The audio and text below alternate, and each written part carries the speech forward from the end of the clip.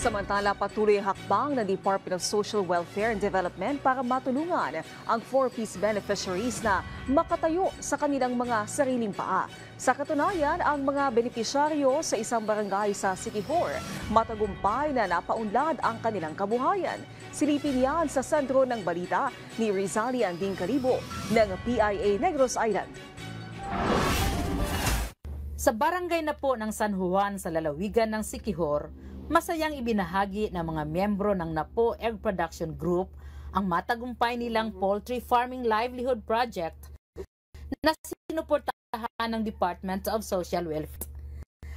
Ang Napo Egg Production ng 24 na miyembro na karamihan ay benepisyaryo at graduate ng Pantawid Pamilyang Pilipino Program.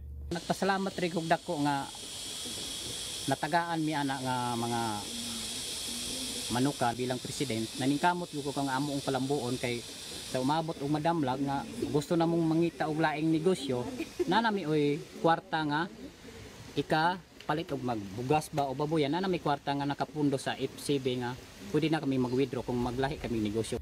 Noong 2024, nagbigay ang DSWD-7 ng 478,944 bilang puhunan sa ilalim ng Enhanced Support Services Intervention upang tulungan ang mga benepisyaryo na makaalis sa pagdepende sa 4Ps at maging self-sufficient.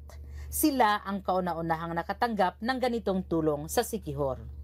Mula sa 240 na manok noong Agosto 2024, nakakaanin na sila ng 5 hanggang 6 na tray ng itlog araw-araw na nagbibigay ng 40 hanggang 50,000 pisong kita buwan-buwan.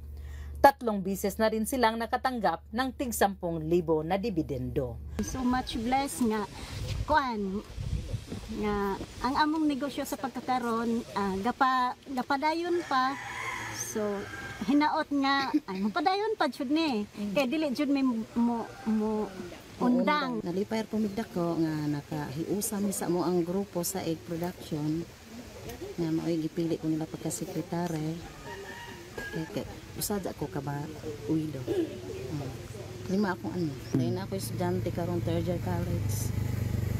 Kinamanghora natabang sa grupo na mo o kuan ko sa akong estudyante karon nga mag-third year college na ko gaba-enroll karon na nalipay ra kay kog dako nga apil ko ana bisag wala na ko sa Pantawid kay graduate naman kay 18 ra may edad.